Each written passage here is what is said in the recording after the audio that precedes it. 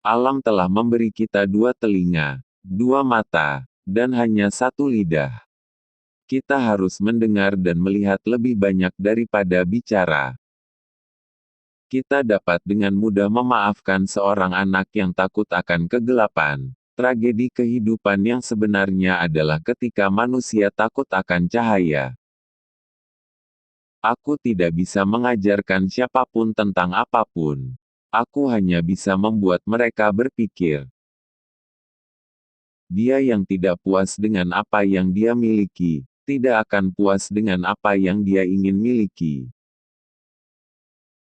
Di masa kanak-kanak jadilah sederhana, di masa muda jadilah penuh energi, di masa dewasa jadilah seimbang, dan di usia tua jadilah bijaksana.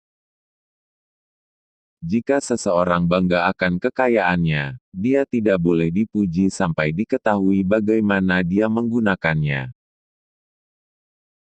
Pikiran kuat membicarakan ide, pikiran rata-rata membicarakan peristiwa, pikiran lemah membicarakan orang. Ingat, apa yang tidak pantas untuk dilakukan juga tidak pantas untuk dibicarakan. Bergantinya tahun membuat kulit keriput, tapi kurangnya antusiasme membuat jiwa keriput. Satu-satunya kebaikan adalah pengetahuan dan satu-satunya kejahatan adalah ketidaktahuan. Doa kita seharusnya untuk berkat secara umum, karena Tuhan tahu yang terbaik apa yang baik untuk kita. Kebijaksanaan sejati datang kepada kita ketika menyadari betapa sedikitnya kita memahami tentang kehidupan, diri sendiri, dan dunia di sekitar kita. Manusia terdiri dari dua jenis orang, orang bijak yang tahu mereka bodoh, dan orang bodoh yang menganggap mereka bijak. Berhati-hatilah saat akan menjalin persahabatan. Tapi ketika telah memulai, teruslah teguh dan konstan. Gunakan waktumu untuk meningkatkan diri dengan tulisan orang lain sehingga kamu akan dengan mudah menemukan apa yang telah diupayakan orang lain. Orang cerdas belajar dari segalanya dan dari semua orang, orang biasa dari pengalaman mereka, orang bodoh sudah memiliki semua jawaban. Jika ingin menjadi penunggang kuda yang baik, tunggangi kuda terburuk, karena jika kamu bisa menjinakkannya, kamu bisa menjinakkan semua. Aku takut bahwa dengan mengamati benda-benda dengan mataku dan mencoba memahaminya dengan masing-masing inderaku, aku mungkin akan membutakan jiwaku sama sekali. Rahasia kebahagiaan tidak ditemukan dalam mencari lebih banyak, tapi dalam mengembangkan kemampuan untuk menikmati yang sedikit.